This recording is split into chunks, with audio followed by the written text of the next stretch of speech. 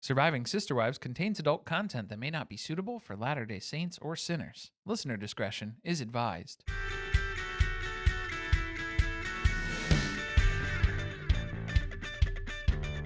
Hello and welcome to Surviving Sister Wives. I'm Corey. And I'm Carly. And this is Sister Wives, Season 19, Episode 1, A House Divided Cannot Stand. So are these biblical quotes that we're going for? Are these Abraham Lincoln quotes? Are these Lydia Plath quotes? Who are we attributing this to? I'm going with Lydia Plath. It's going to be like a Michael Scott, Lydia Plath attributing to Abraham Lincoln, attributing to...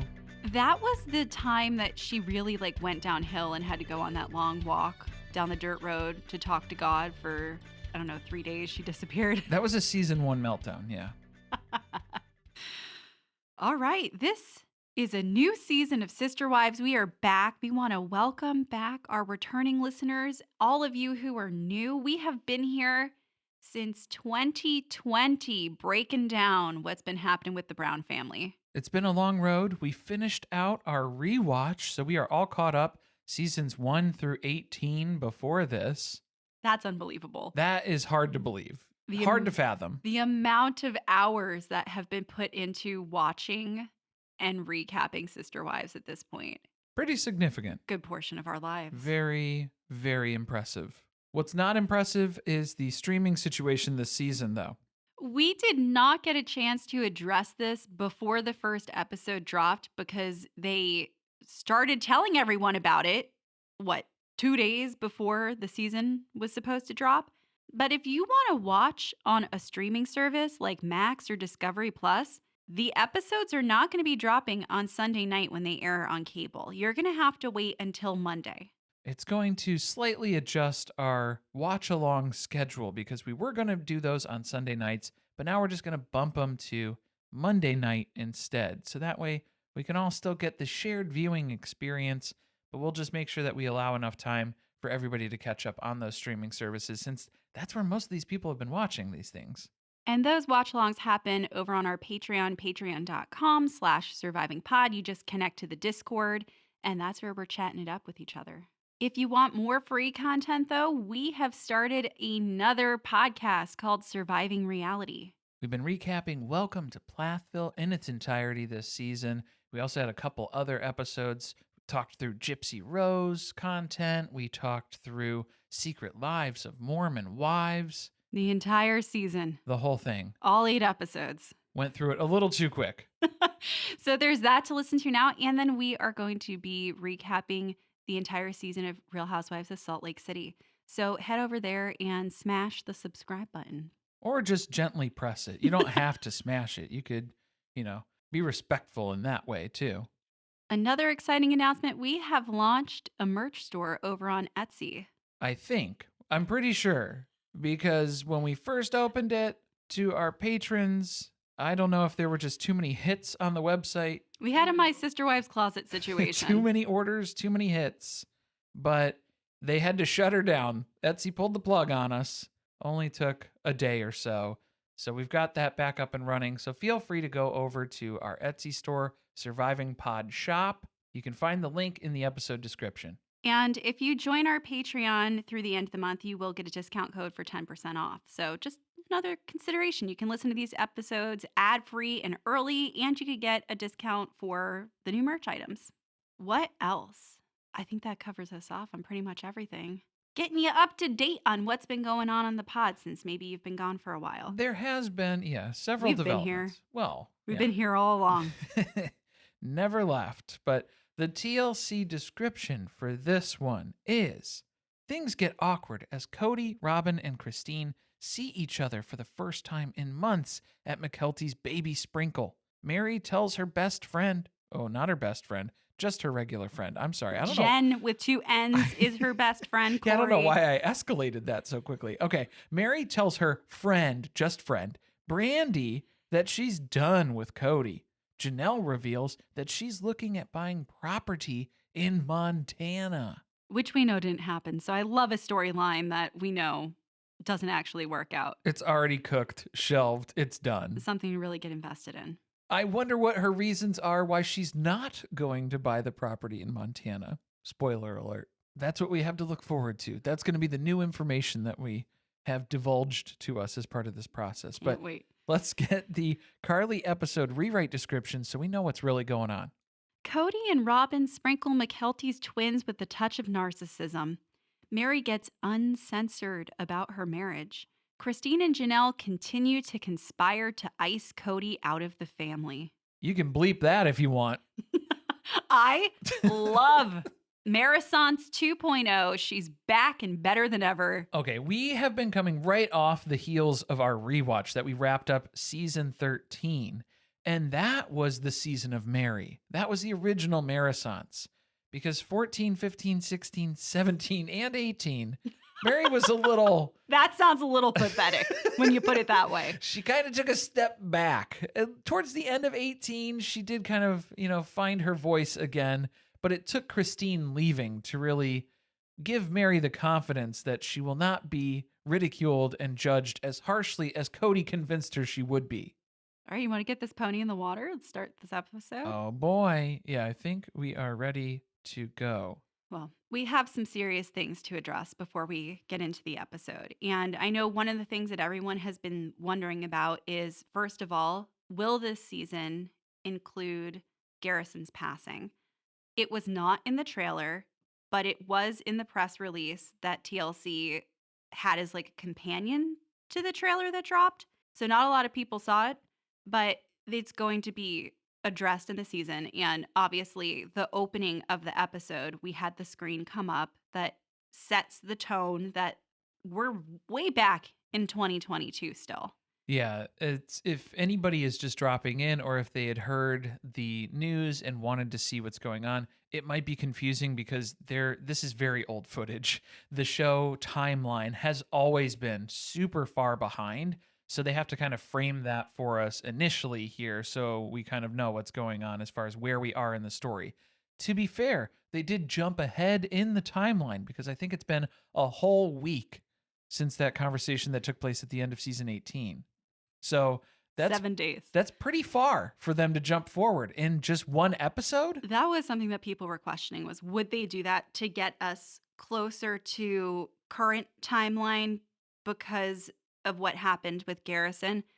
No, we're going to get there somehow. Well, here's the That's what we problem. know. Too. Yeah, they already aired Christine and David's wedding too, which that was another jump forward in time, significant jump forward, about a year in where we are in the show. That is very confusing to people because now we're going back. We're going to meet David. Yeah, we're back and forth. We're getting flippin' whiplash over here.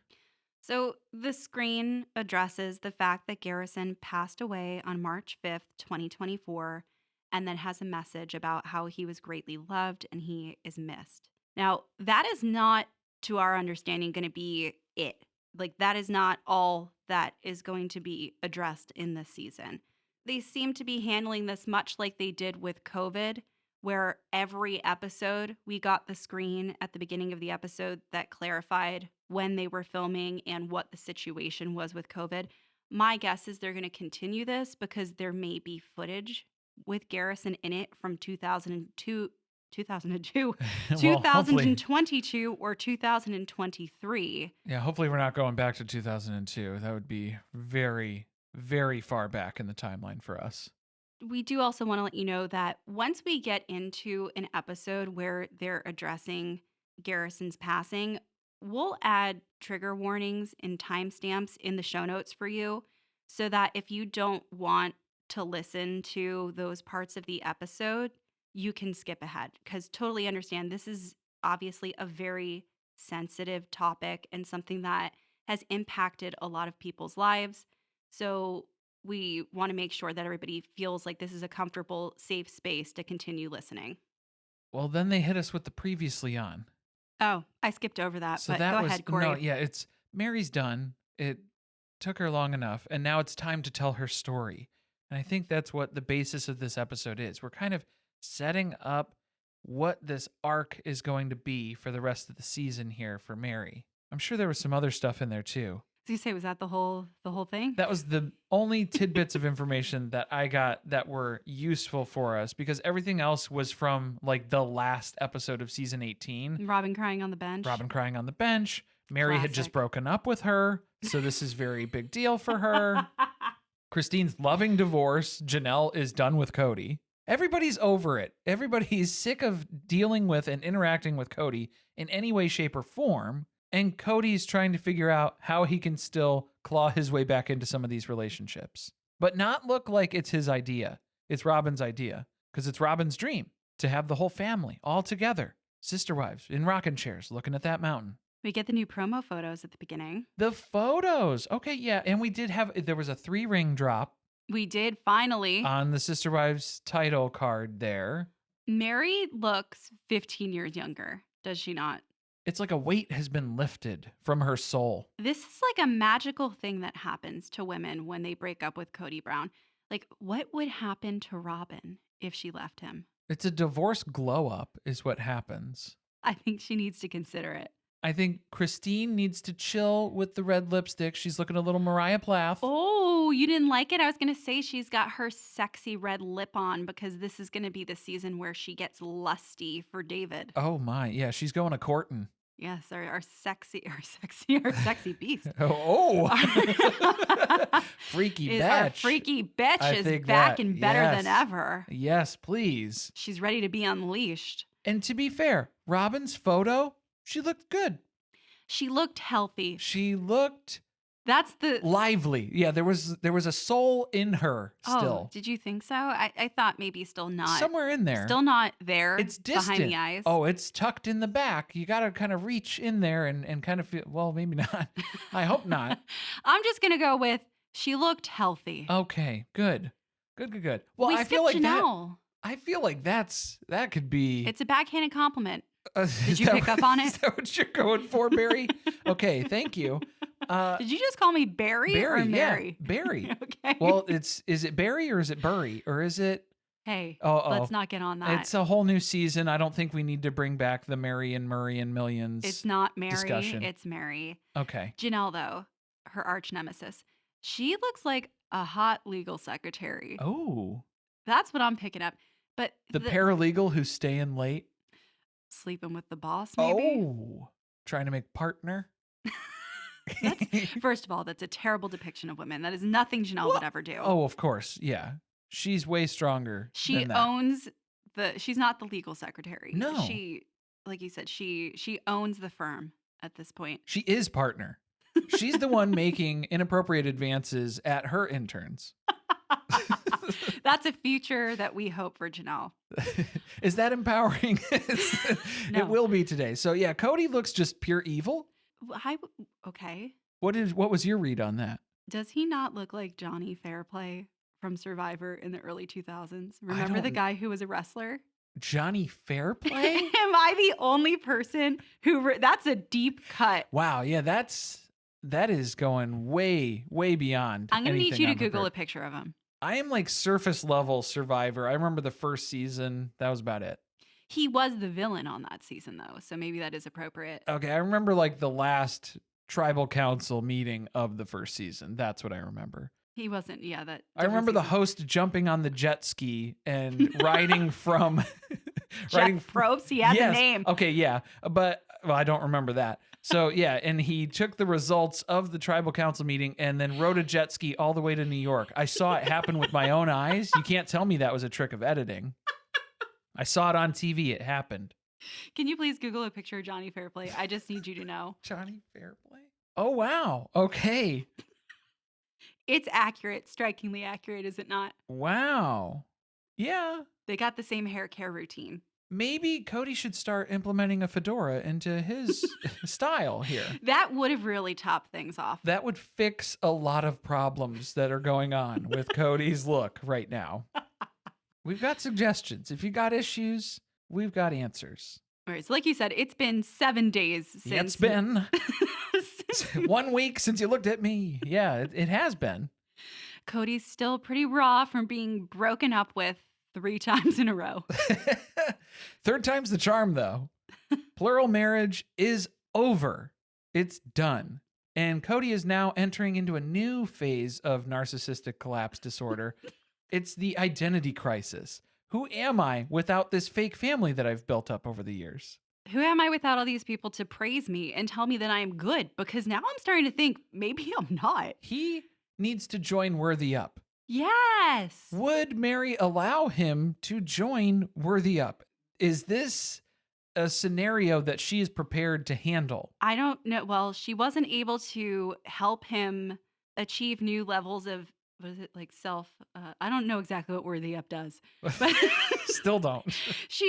it wasn't able to do it, and they weren't able to do it in their marriage together. So They weren't able to do a lot of things together in their marriage. no, I feel like he'd be an energy vampire in that group. He needs the outward support to prop him up and convince him that he's a good person, because that's what he's getting from Robyn right now. She's the only one left in his corner. It's no surprise to anyone they still need to pay off Coyote Pass, and apparently there's a big payment due, and the piper is piping. Yeah, you got to pay the piper. Yeah. He's coming looking for that money. Oh boy. So what do Kody and Robyn do? They don't go to the bank. Instead, they drive over to stand around and look at Coyote Pass in the mountain. Getting swarmed by bugs. There are so many bugs I can't live there. just flurrying around Robyn in a couple of these shots. Are they attracted to her for some reason? What are you saying? Is there an odor that's happening, or what is the implication behind that? I don't know. No? I don't know that she smells. I think she smells like a lot of cheap perfume. Yeah, that should repel a lot of the bugs, right? No. Something Oh, it really attracts? attracts. Oh dear. They like the smell of certain things. She's got a lot of TJ Maxx expired perfume on. Was not safe to be tested beforehand, so it just went straight onto the shelves. Did she get lip filler before this or something? Why does it look like Oh, the herpaderp? it's either those or some fresh injection marks, or it's just a very large cold sore? It's a large cold sore. I think isn't it's a it? cold sore. Yeah, because her lips, she doesn't look like she's been doing filler or Botox. No. Are the producers trolling them at this point? We get the opening scene with them, and she has the largest cold sore we've ever seen on anyone in this family. We couldn't have picked another day. Maybe come back for those confessionals, for do some cover up, something. I gotta tell you, I feel like I would refuse to film. She has to know people. This is the first thing that people took away from this episode. Robyn has a cold sore. Pretty much. And now we're trying to figure out, do we still build here? Because now we're just people who own land. And I would like to interject and remind Kody, technically you don't own it. If you are on the verge of losing the land entirely because you haven't been able to pay for it on the crap deal that you made, you don't own land. You're gonna lose it. You're just borrowing it until you give it back to the bank. Well, maybe it's good they didn't build. Well, they couldn't build anything until they paid it off. That was the whole point, right? That's the catch-22. We're in a vicious cycle right now. Why does Robyn still think that Meri's gonna live out here? Robyn has assessed that from their conversation last week, she didn't hear a no from Meri about living out here on Coyote Pass. I think it was pretty clear that Meri's not interested in living out here next to you guys or with you guys. No, she wants her money back. She wants that money. Totally missed on Robyn. Different. Why would Meri still be here? She's not. It's over. So I guess Robyn's still in the mindset because she thinks that Kody can still fix things with certain wives. She's given up on Christine at this point. Oh, yeah. Christine is gone. But the Meri thing's very fresh. So she's really still thinking that it can happen. She's hanging They on. can suck her back in. Well, yeah, and then between her and also Janelle, even though Robyn's kind of about Janelle, living on a property near Janelle with Janelle, but I think you could still win her back, Kody. Meanwhile, little do they know, Meri is busy working on getting unsealed from her marriage with them. And Janelle is completely at peace with her new life. She's finally happy. But Robyn is not happy because it's exactly what we suspected. Every time she looks out her bedroom window, she sees all the ghosts of her sister wives out on Coyote Pass on the land, all these houses, these places, these spots, the plans that they had for this wonderful domain that they were building out here. And this is just going to be too traumatic to stay in this space for her. I know that was one of our original thoughts on maybe why the Shira Chateau was up for sale, but I'm becoming more convinced of it after hearing her say that. And Robyn looks so stressed. By comparison, if you're looking at Christine's confessional footage, Meri's, Janelle's, they are all glowing, beaming. They are living their best lives now. And Robyn is so drained. Well, I'm telling you, Kody is an energy vampire. That's exactly what's happening. They're still trying to figure out, where did we go wrong? And Kody proposes that maybe the Biggie Housie was the catalyst, because maybe that idea was, I don't know, like a little selfish or something. In hindsight, Kody is willing to admit he understands how that could be seen as a little selfish. Do you believe him about that? Because I don't know if I do. No, I think it was the beginning of the end. Well, no, actually, No. you can keep going back. How far back do we want to go for the beginning of the end? Oh, well, for sure, that's not the thing that led to the downfall of all these relationships. But do you believe him that he's being genuine about thinking that that was the thing that started it all, or that it was selfish? That's the part that I don't necessarily think is actually true. I don't think he thinks it was selfish. I think he's saying that to earn points and to get back into good graces in some, public opinion sort of ways, I guess, because there's no way that he thinks that that was it. It was the final straw, but that wasn't the inciting incident that led to the demise of these relationships. See, I feel like that was for an audience of one, and her name is Robyn Alice Brown. And the whole reason he brought that up is because he knows that she will then respond with, "No, Kody, you just wanted to have your family all together." He's trying to paint all of the other wives as ripping the family apart or keeping them away from him. So I think he wants her to make him feel like he was trying to do something to keep them all together. You were doing your best, Kody. I'm so proud of you. Do you have any bug spray? I'm telling you, much like, as we said, an energy vampire who sucks all the energy out of the room, he's looking for Robyn to give him the praise that he needs. He's fishing for a compliment. Oh, okay. Yeah, that's pretty much what's going on. But if you ask Janelle what's going on, for her, the beginning of the end was Kody's relationship that was falling apart with her kids. Because if you remember, that's always been Janelle's stance, that despite all of the horrible shortcomings that Kody has as a husband, at least he was a great dad to her kids. And then that excuse evaporated for her. She was no longer able to go to that, so she was out of reasons to defend him. I feel like that was pretty clear to everybody who was watching the show. She was one of his biggest defenders. He thinks that Robyn is the one who comes to his defense. Janelle made so many excuses for him over the years. I think Robyn catered to him, but I don't think, and I mean, she does defend him now, because even in a couple of spots this episode, there were a few times where she was making up excuses and reasoning things away for him in his defense. But yeah, I feel like Janelle was doing that for a long time. Should we head to Salt Lake City, where we're having a baby sprinkle today for Tony Mykelti, because Mykelti is still pregnant? Even though we saw the twins at Christine and David's wedding in January, that's okay. Ignore that footage. Pretend like you didn't see it. They're still in there. They're having this baby sprinkle. It's themed Double Down because they're twins, get it? Well, it was roll the dice party is what it was labeled as on some of the signs. And then we're hearing that the theme is double down. Look, there's only so many places you can get decorations for a theme where you're reaching a little bit. It's probably really hard to find decorations for a twin baby shower. Yeah, so they had to make their own theme instead. But they had my interest with the bagels. They had a little spread Not mine. that was going on. They had I it. spotted those Okay, things and I knew right hold, away. Hold, please. They had my interest with the bagels. And then upon further inspection, they lost me. I have so much trauma from having worked at a place where we never had time to eat. And one day a week, they would buy us bagels from Einstein's Bagels. And as soon as I saw those blurred out containers of cream cheese, I said, this is fucking Einstein's Bagels. And it was. It definitely was. Is. It definitely is. It 1,000% was. Yeah. So that hit home for us in a couple different ways. I've never been more disappointed in a bagel than I've been at Einstein They're Bagels. very much plasticky. I'm sorry for all of you who don't have a place to seek a good bagel out, but those are not it. Try again. All right. So yeah, for the second and third baby, this is where we learn about the sprinkle, even though, again, I cannot condone that term. Not on board with it.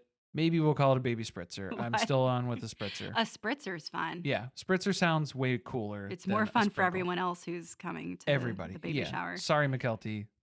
None for you, but that's okay. Did you want to explain it? So they're having your first baby. The they're first saying baby's a shower. then you get a sprinkle. Even though I would say this isn't really a sprinkle because you need double everything. Yeah, wouldn't this still be a shower then? And if you're having 2 children, I don't think a sprinkle is going to suffice on the coverage that's happening. It seems like it's not adding up for me. If we're doubling down, it's not adding up. It looked like a party that they had just so they could film something, in my opinion. That too. Did you yeah. see any gifts? I didn't see any gifts. I think there were gifts because Kody brought something in. He made a big show of it. He handed it to Tony. I don't know if there was a specific place, if Mama Plath was directing where the presents needed to go, if there was a specific table. He was like, open Christine's and then mine. Mine's really important. Can you put yours on the floor? Mary's not invited, though. Oh, I was going to say, Oh. who's here? So we know that Mykelti doesn't like Meri.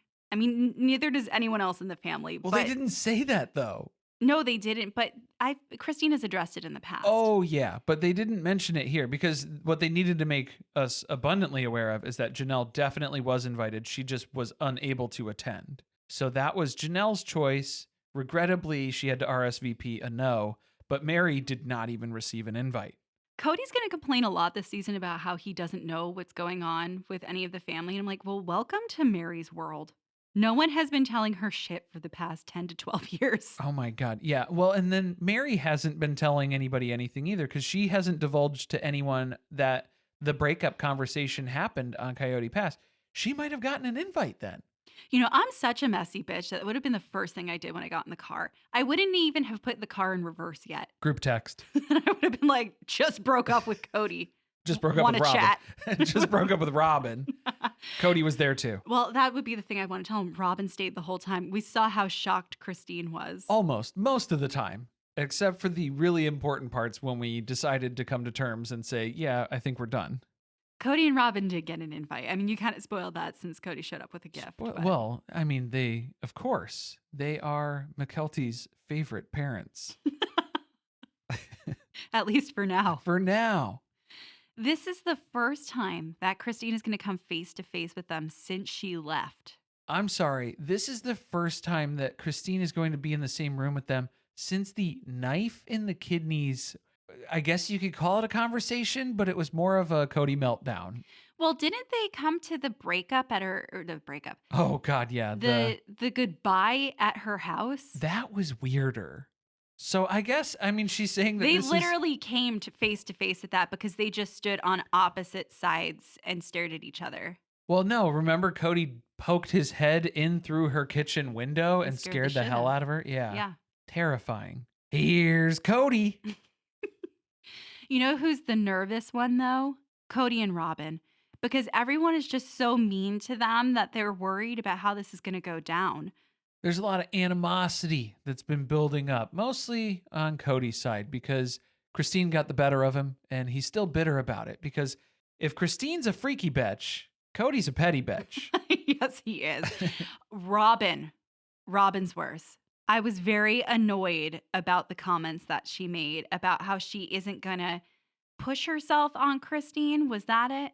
Yeah, it was the last thing that's been ringing in Robyn's ears was from the knife in the kidneys chat when Christine said she doesn't want a relationship with Robyn or her kids, even though that's not what she said at all. No. But that's okay. That's what Robyn heard. And also, you've been pushing yourself on her for the past, this is 2022, 12 years, since 2010. So why stop now? Yeah, now we're going to establish boundaries? But also, it has to be said in a way where it's like, well, she's keeping me from being friendly to her because if the ball was in my court, if it was me deciding what to do, I would have a relationship with her. But she doesn't want that because I'm the victim in everything. It's a very strategic play. I think, for Robyn. Uh, Not too far outside the playbook that we've seen from her in the past. I don't know. I feel like Christine's over there playing chess with Tony, and Robyn's playing checkers. Oh, okay. And that's what I think's going on here. But I was very confused in this too with Kody and Robyn's arrival. Kody is handing a present to Tony. Tony's greeting them. Kody is walking up and speaking Spanish to children. That was Avalon. Okay. Why? Why though? Well, I think she's being raised bilingual, Okie dokie. but also still why? She's like, I'm sorry, who are you, sir? Not my abuelo. Me llamo no Kody. Of course, no one says hello to each other, like as far as Robyn, Christine, and Kody go. They're just respecting each other's boundaries, and they spend the rest of the time just on opposite sides of the room. You got to keep them separated. And this was where I thought they were kind of sprinkling in maybe some Christine villain stuff because she's talking about how she's not here to be friendly with them either. So if they want to say something cool, but she's not going to go over and pretend like everything's okay because it's not. She doesn't want to be nice to them. I kind of love that though, because Christine has spent so much of her life pretending that I'm here for her just doing what she actually wants to do. Yeah, she's not here for it anymore. And For the fake. It would be disingenuous. And that's what Robyn is. And that's the thing I don't like about her. Let's not align with that. Yeah, don't go stooping to that level there. But who is this 8-year-old child who's dealing cards at the table? Whatever table Cody's at. Are we hiring these people? Are these people that we know? I've never seen these people before. Is it family members? You think they have like a small child who's just really good at blackjack? Counting cards. Yeah, they're dealing. He's got a future ahead of him in Vegas. No, but this is where we find out the real issue here. Kody and Robyn, they are struggling in their relationship. We are paving the way for a season of turmoil between the king and the queen. Okay, I'm going to need Robyn to learn how to pronounce having instead of halving. I'm having to keep Kody from sabotaging our relationship. Halving, meaning she needs to diminish his efforts in half. It's real hard on the F's. It's every single time she says it, it irks me. Well, there's an expectation now where Kody has been rejected by 3 of his wives, the 3 original wives, and now he's just waiting for Robyn to reject him too. That's the mentality that Cody's going with. So he's not in control of his actions anymore. He's just reacting to all of this rejection, and he's taking it out on Robyn. I still don't feel bad for her. No, not at all. You've made your bed. This was your play all along. I was wondering how long is it going to take Kody to realize, oh, Christine was the one who was setting all this stuff up, and Robyn was just taking credit for it. Because he was constantly giving Robyn the credit for all of these things that the other wives did and contributed to the family system. So I don't know how long it's going to take Kody to realize when it's just those 2 sitting at home not doing anything, they're going to be shrugging their shoulders saying, gee, I wonder why it's like this. Yeah, but he's already created another narrative, which is that the wives, the ex-wives, Janelle and Christine, are saying things to their kids that are keeping their kids from wanting to interact with him. So now it's like, well, there's nothing we could do anyway because nobody likes us because they're being told fake things about us. Well, and everyone's against us too. Yeah, it is very us versus them mentality that's going on full display here. I was frightened by Mykelti waving the knife around in the kitchen. Okay, if you're going to stand between Christine and Kody in the kitchen when they're not talking to each other, I don't think you need to be holding a butcher knife and waving it around. Also, I don't think I would be able to cut the cake without making a comment about a knife in the kidneys. Yeah, you'd have to warn Kody. Take a couple steps back. I don't want this to end up in your kidneys, sir. At least she kept it in her hand so it was secure. Yeah, she didn't set it down, luckily. Nobody Do not could leave go that. picking it up. Yeah. This is just the start of a new beginning for this family, though, where it's going to be like this. They're going to have to be in shared spaces together. This is only the beginning of it. We have a wedding coming up. The babies are going to be born. There are a lot more opportunities in life where we're going to have to be together, even though we don't like one another. I think my favorite part in this was when Kody was complaining about how Janelle and Christine are trashing him, and they cut to photos of Janelle and Christine just beaming. They're so happy. They're so excited to be together. And I love how Kody's interpretation of this is that that is the ultimate betrayal to him because Christine and Janelle never even got along. He worked so hard to keep everyone at odds with each other that they wouldn't have this relationship. And now they do when they weren't even friendly, when they were sister wives. It's insulting to him. They live rent free in his head. Oh my God, do they ever? He thinks about it constantly. And that's the next segment is the two of them. It's another moving day for the Brown family, of course. Isabel was living in North Carolina with Maddie and Caleb going to school. She's decided to transfer to a school in Utah. So she's going to be moving to Salt Lake City. And not only is Christine here to help her move, Janelle is here as well. Nobody's missing Kody. And Kody is finding out the producers are telling him, yeah, Janelle helped Isabel move because it was in North Carolina. It was with Maddie. So yeah, Janelle and Christine were both helping Isabel move. I'm finding this so comical that he is now finding out things that are happening in the family through the producers who are trying to ask him questions about it to get his reaction to things. And he is so in the dark about everything that he's finding this information out for the first time from this person on the show. Well, and it's been happening for a while where I think that that's always been Kody's view is that the mothers of his children are the arbiters of those relationships between him and his children. So then why are you still holding these women accountable for your relationships with your children with them after you're divorced? That's not going to work, dude. Like, that's not how this is set up to be. They're done. So that's my whole issue with Kody is that, first of all, the belief that the wives are trashing him, then go show your children that you're not the person that they're portraying you to be, if that's what you think is happening. He doesn't do that.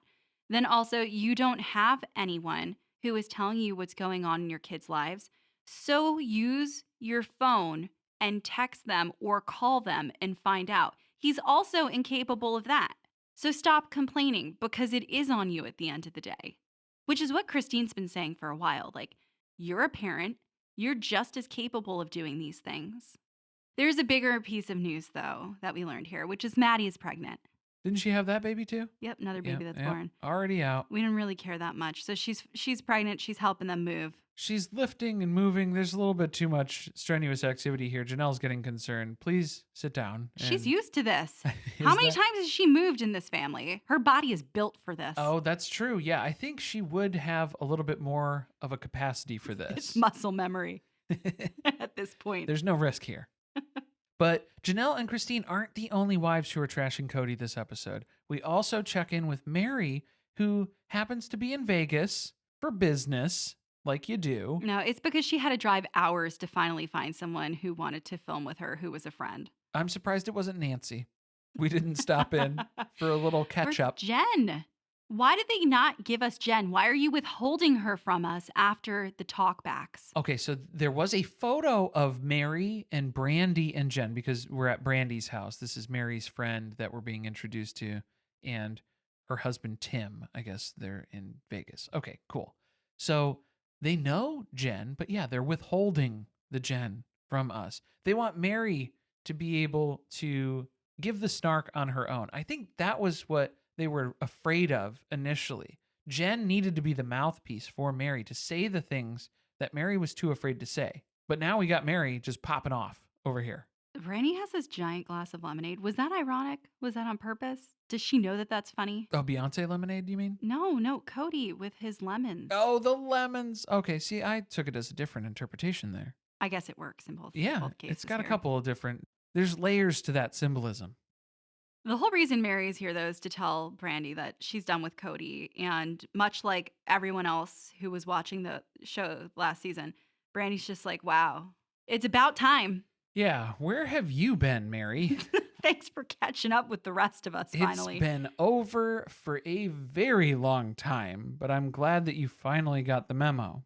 So before we get into that conversation, there was kind of a shuffle here. We kind of flipped back and forth between a couple different storylines. So here, they made the drive from North Carolina with Isabel's move in 3 days, which seems terrible, but that's got to be record time for the Brown family traveling situation. Does it? I was like, I don't know. Maybe I just don't know how far a distance that is. North Carolina to Flagstaff? That's pretty, or no, it was Salt Lake. Yeah. I don't know. How many days does that take? That's I guess far. 3. They made it in 3.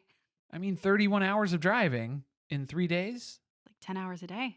Yeah. Yeah, that's pretty good. Wow. They were driving like Amber Portwood's boyfriend trying to get away from her. Oh, boy. Gary number 2. Similar path, too. Yeah, that was North Carolina to, yeah, same road.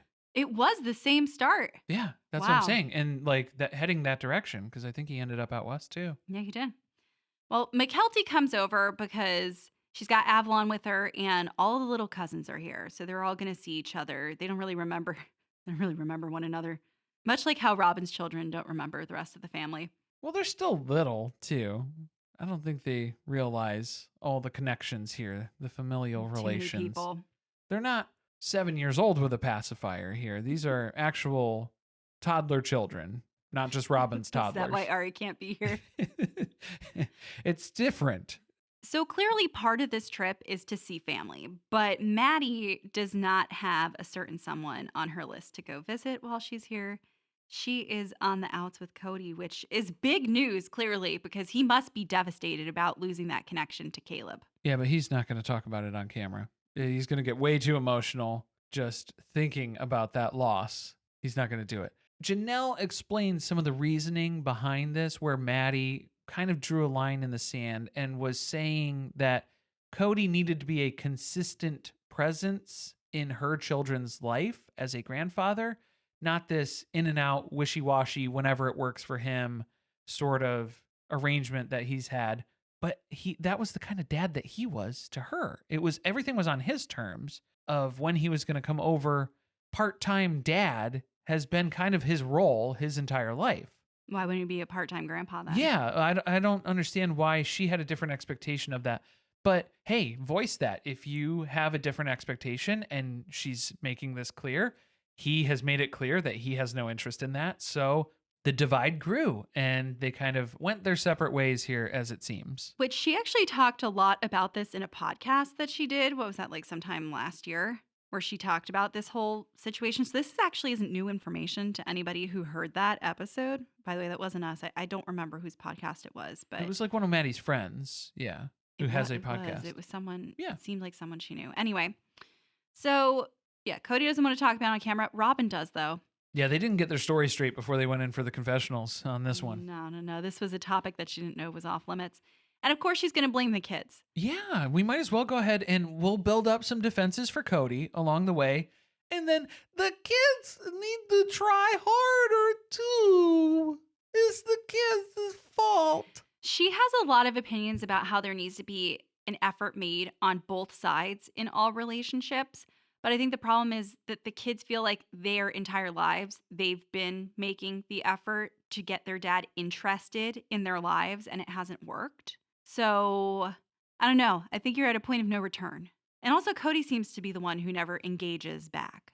Yeah, it's like it's not sustainable. As soon as it becomes work for Kody, he's lost interest. He's going to go to the next thing. Wherever it's easiest, that's where he's going to end up. And that's why he's been at Robyn's for the last 10 years. It is so ridiculous that they're still making Mykelti wear that fake pregnancy belly in her dogging head. For the isolated interviews.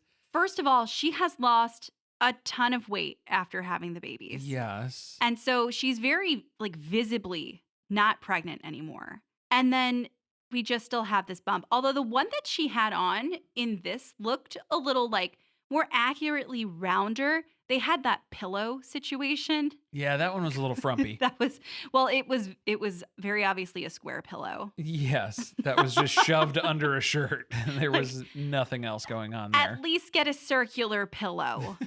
Come on. We need to up the budget a little bit from production here. But with the twins, yeah, they needed a bigger... I'm not going to get into it.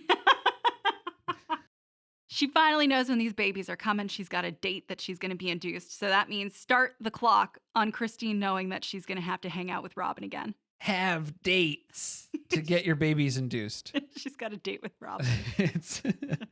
But Mykelti's just kind of looking back and thinking fondly, missing the family that they used to be when Robyn joined the family.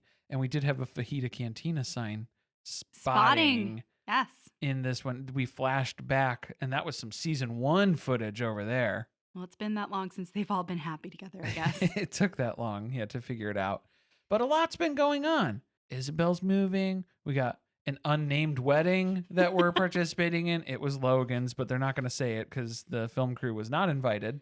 Yeah, I wonder if they're going to address it all, because that was the wedding where Robyn and Kody sat in the back row. Well, it wasn't really the back row. There was like there was a space between, I guess, where there were more chairs that were out of the frame of the photo, but they were in the furthest row in the back that we could see. And they were not up front where the rest of the wives were. Mm-hmm. So that was interesting too. Scandal. Yeah. So there was an implied separation that was already building from that. But now we're talking about Maddie is sort of revealing. It's mostly Christine kind of leading in conversation here because Maddie can't be bothered to film on camera. She has to be told what to say by Christine on Is there. everyone that bad at this, or they just really don't want to be here? I think she just doesn't care. She's pregnant. They've just been driving for 3 days. I think we're That's over true. it. I would be like, let me come back here in 72 hours. I don't want to talk about this right now, but I think this is just adding to the narrative that Kody is building in his mind where the wives are influencing the children, these 30-year-old we're even adults. seeing Christine feed them lines Yes. on camera. That's what I'm saying. These 30-year-old children who are having babies of their own and living their own lives as individual adults, they're being brainwashed. It's a real concern. Well, there are other plans. They're going to go to this wedding, and then they're going to go look at some land in Montana, because I guess it's just very centrally located to where they are. Well, we might as well. We're swinging on by to Montana. It's just a quick detour. Putting a lot of miles on these cars. This is, if we thought that was a far drive from North Carolina to Salt Lake. So I guess at some point there was a plan for Maddie and Caleb to possibly purchase land to build on in Montana, which we know, at least to this point, hasn't happened. And Janelle's going to tag along because she may be giving up on the dream of Coyote Pass. It's just another 10-hour drive. It's, we're right there, basically. You just go north instead of east. You're fine. You're bound to bump into it. We know Janelle's not going to buy land in Montana because it doesn't end up happening. But it will be interesting, I guess, to see the reasons why she doesn't want to buy. Yeah, I think that's what it's going to come down to. No, I'm more interested in seeing her cash out on the Coyote Pass property because she wants to get that money so that she can move on. Yeah, it's going to be hard. And Christine already knows. She knows Kody. That's why she decided to say, hey, you can have the land, Coyote Pass. I don't even want to be involved in the litigation process that's about to start with that. I will just take the money from my house that's being sold because it's in my name and you signed it over to me, and we'll just call it even. She knows that Cody's going to screw them over. Oh, yeah. Yeah, she's already worried for Meri and Janelle. And not so much Meri. Well, not so much Meri, but she will be involved. So she knows that. There's all this exciting stuff going on, but Cody's completely excluded from all of it. And he knows that they know that he has FOMO. So how dare they do these things when they know how it's going to make him feel? The way that everything comes back to, it's things that are happening to Kody. Everything is just a self-centered approach. Everything in his world, everything in his viewpoint is set to be what's happening to him. It's all these people who are punishing him, trying to get revenge on him. And it's just interesting because I think it shows more about his mental state and his mindset for how he would interact. Because is that what he would be doing? You would punish these people in these ways?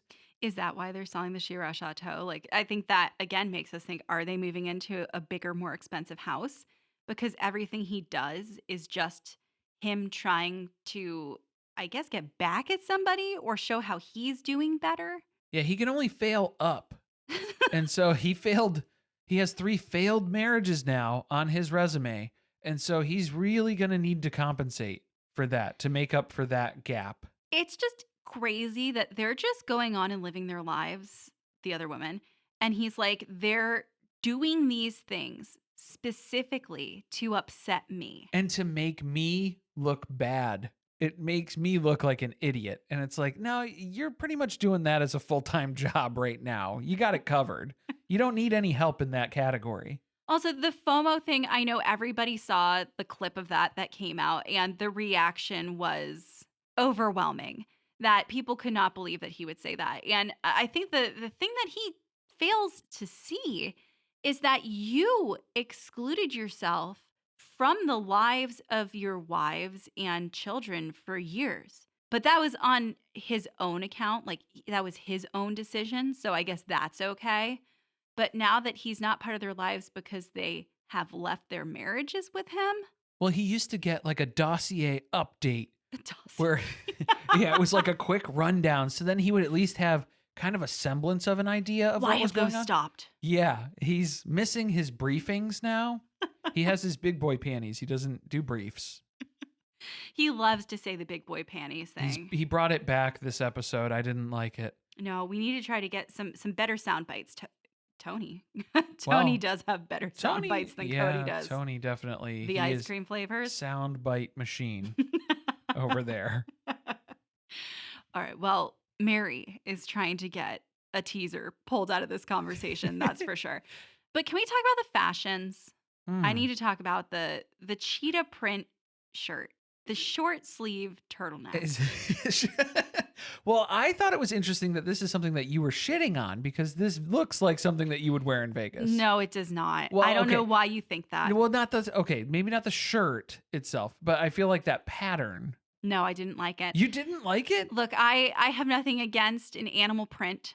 Well, I do. I take that back. I will not wear a zebra print. That's off limits. I was going to say snakeskin too. Oh, yeah. I don't think you do don't that. really enjoy that. Yeah. Look, a good cheetah print, cute. This was not a cute cheetah print. Also, I never understand a short sleeve with a little like mock turtleneck situation. See, I thought that your complaint was going to be that there wasn't enough bling about it. There weren't enough accessories You know to what? go. Put some rhinestones on it, Yeah. and maybe you have glammed it up enough for Vegas. Or even, yeah, like a necklace of some kind, perhaps a charm bracelet for your throat. Yeah, she has stopped wearing her Fidelis necklace. Where is it? Because if you're going to sell it, Meri, like we may purchase it. Oh, here's the thing. I feel like it would be so cathartic for her to melt that down. Oh, yes. Uh-huh. I hope she did. Can we do that? Sweet, sweet justice. Meri, if you haven't done that yet, that's a season 20 scene that we want, is you taking it somewhere to melt it down. We want to watch the flames engulf it. In the fires of Mount Doom. She's got to catch Brandy up on what's been going on. She tells her all about that anniversary dinner that she had with Kody, where he proceeded to tell her that he never, ever, ever loved her, ever. So it wasn't the murder tarp date. It was pretty close, though. No, this was the dinner where he was like, so we're in agreement that we're going to keep pretending, right? They didn't film this one, and Kody said a lot of stuff off the record that Meri made mental note of. You know what she needed? The TikToks that we were obsessed with. What was that, like a couple weeks ago with the recorder? Where yeah. There was a woman recording like horrible conversations in her marriage. Yeah, the tape recorder. We needed that under the table. I gave you 75 cents 4 years ago. That's a deep track. If anybody has seen that TikTok and knows what the fuck we're talking about right now, I would be wildly impressed. We needed Meri to do that though. You just got to start hitting record on things. Find out, can you record people secretly in Arizona? If not, go somewhere else for dinner. Is it a 2-party state? Is it a single party? I don't know. We'll have to look into the legality of it here. But if Kody already has signed a release to participate in filming, then if you get the crew involved, I think you're good. You just say it's for the show. Would have a jinx situation where you put a mic on? It's a hot mic. Know? I love a hot mic. You know I love a hot mic situation. Meri's not buying it, of course. He was deeply in love with her. How deep? Deep. They were in deep That together. deep? He wanted to get in deep. That's why he married her. Oh my God. I mean, right? Yeah, you Come think on. that was probably it. So she's talking to Brandy, though. Like, I don't understand what he's saying, because what you're essentially telling me is you picked me out of a crowd. I could have been anyone. You just decided to force yourself to reciprocate my love for you, and then proceeded to do that for 32 years. Yeah, it's kind of like the opposite of Robyn's story that she came up with, where there were so many suitors who were lined up. She had all of the options in the world to her, and she chose to destroy the Brown family. And now Kody's kind of rewriting history for himself, where he never actually loved Meri. He just kind of pitied her and went along with this. But why, oh why, Meri's questions stand out here. Why would a single man do that? He won't explain it either. He just tells the producer, hard pass on this question. It happened. Nope. That's what's happened. I'm not not even commenting. going to address it anymore. I've talked about it ad nauseum with Meri when the cameras weren't around. You know what? He's so used to ignoring Meri that now he's just ignoring questions about Meri in the same way. That's fine. You know, all that means is that it's all going to be her narrative when you don't answer questions, right? Yeah. So now he's messing up. Wrong play. Well, here, I think he knows it's better to not say anything because he cannot keep his story straight. Don't think he knows that. I don't think he can keep his story straight. And I think he knows that. So he knows it's better to not come up with all these different excuses because all of them are bullshit. We'll be able to punch a hole in every single fucking reason that he gives. Because he's already said them all to Christine. He's cooked. He's done. Yeah, he's repeating his complaints with each wife. It was all on Meri, and then all of that shifted to Christine, and now it's shifting to Janelle. So he just rotates through the same excuses, and we just keep punching holes in them. Why did they play tribal council music over the photos of Kody and Meri? No, it was more like a Western. It was like a standoff. It was like a shootout at the OK Corral. Okay. Well, Meri is in her camo in all of her talking heads. Like, she came ready. She's dressed for the Brown family Civil War. Oh, that must be it. Well, they didn't wear camo in the Civil War, but well, maybe for the Brown family Civil War, they will. I don't know. Meri is, I guess. I mean, she's setting the tone here. But yeah, it was very fistful of dollars for me with the soundtrack. It's a movie. Oh, okay. It's a spaghetti Western. Maybe it's like a bomb lasagna Western. Oh, you know what? A spaghetti Western, though. Janelle would love it. No, did you catch that? I got it. I got Janelle the bomb lasagna. Okay, bomb lasagna. I thought that one was going to hit a little bit better. Nope. That's not for me. I Robyn's was sake. Stuck thinking about how much Janelle probably loved the music that we're trashing right now. Wah, wah, wah. She recognized it from a movie. Well, Meri started this family and she wants credit for it. And she's tired of Robyn taking it. I thought you were going to say she's going to be here to end it. She started this family and she can end it. Maybe that's why she left third. Is that why? No, Janelle was third. No, but she left third. Technically, Janelle kind of broke up with him before Meri did. Meri took a long time to get around to that conversation. I see what you're saying. Okay, yeah. She officially ended polygamy for them. This is true. I'm loving this, Meri. I'm really enjoying this. This is good. You like the dig about Robyn being, I don't know, 10, 12? I like the pause where she was doing the math in her head about how old she was when they started this family. Well, this is like Simone Biles level mental gymnastics that is going into rewriting this account of history, because you can't credit Robyn with all of the wonderful things that this family is because she wasn't here for so long. She was a child. No, he built it with Meri, who he didn't love ever. Yeah. We built this awesome, wonderful family, and then Robyn came in, and actually, she deserves all the credit because she's been here since she was 11 and a half spiritually. Look, she had an artist draw a portrait, and that's it. She's been here since the beginning. Is Kody experiencing a midlife crisis? I still say it's narcissistic collapse disorder here. That's happening more so. So a mental crisis, a mentee B. Yeah.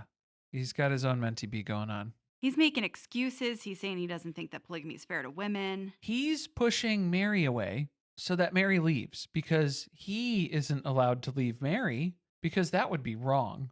So let's just make life miserable for Meri, mentally torment her until she leaves on her own accord. But man, she was not getting that message. That's the better way to go about it, right? It's just so much more respectful. And it makes me look better in the long run. Does it? No, we've known that this was what was going on. That was the play. She does finally seem to understand that that's what's been happening for years, that he's been trying to get her to leave.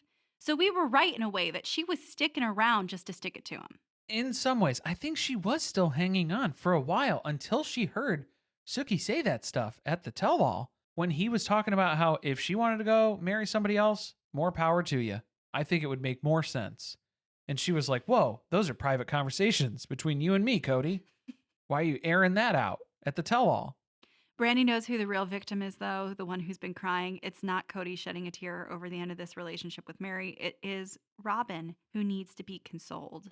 Yeah, we're guiding Robyn through the conversation at Coyote Pass. That was mostly what we were there for, making sure that she's able to handle this information accordingly. But what's next? You know, Mary's still writing that 7-page PDF at this point. For Meri up, for Worthy Up. For Mary's Worthy Up. I don't like that her initial idea here is that she's saying the lease is up in Flagstaff. I'm just going to move to the B&B in Utah.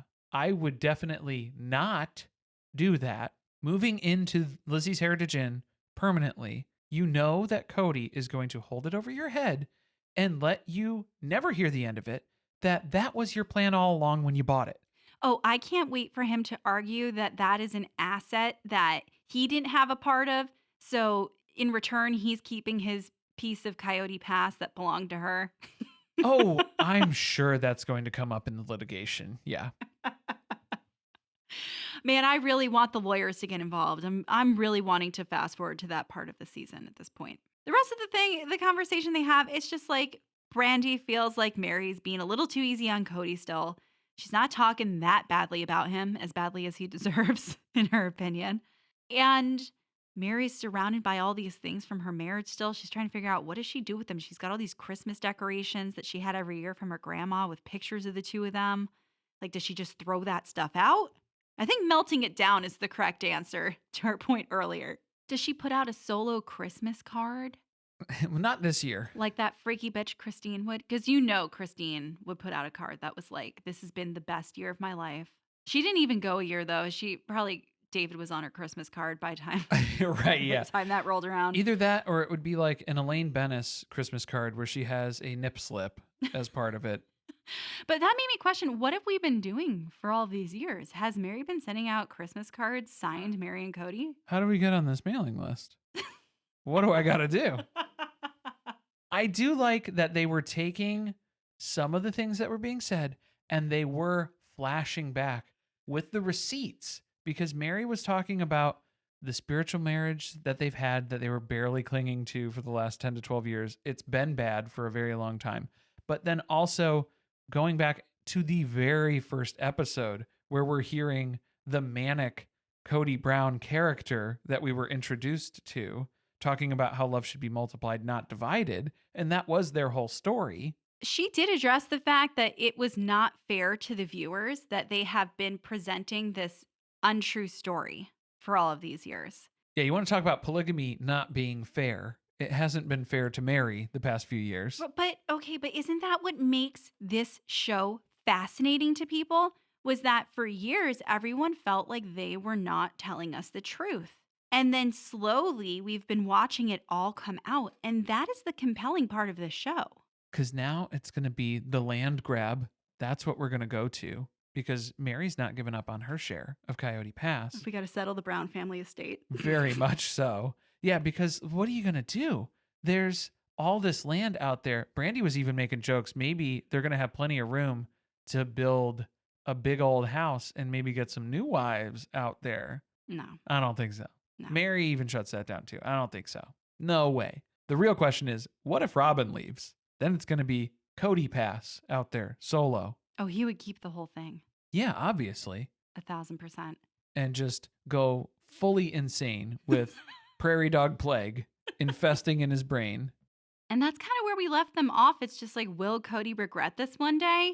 Probably not. Meri deserves better. So let's get her on that redemption arc. And that's what this is setting up for this season. Let your freak flag fly.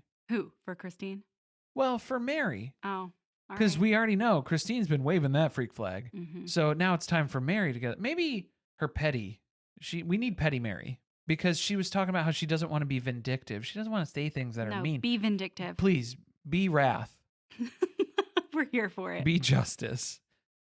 Next episode, Janelle considers leaving Flagstaff for good as she and Maddie look at land in Montana.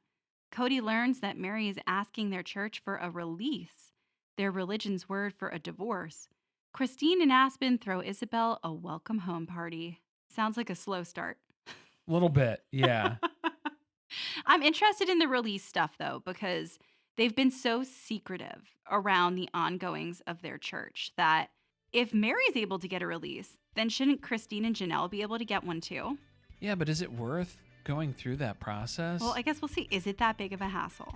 Who do you ask? I thought that their church had kind of collapsed at this point, and they were definitely excommunicated pretty much from the start of the show, so I don't know who she's asking. I guess we'll find out. Maybe she'll get ghosted. No one will reply to her. Good luck, babe. She's used to it. Thank you for listening. If you want to support us, the best way to do that is by subscribing to the podcast and leaving a review on Apple Podcasts or Spotify. Be sure to chat with us about the episode on our Discord channel by joining our Patreon, patreon.com/survivingpod. Stay tuned, share with friends. See you next time.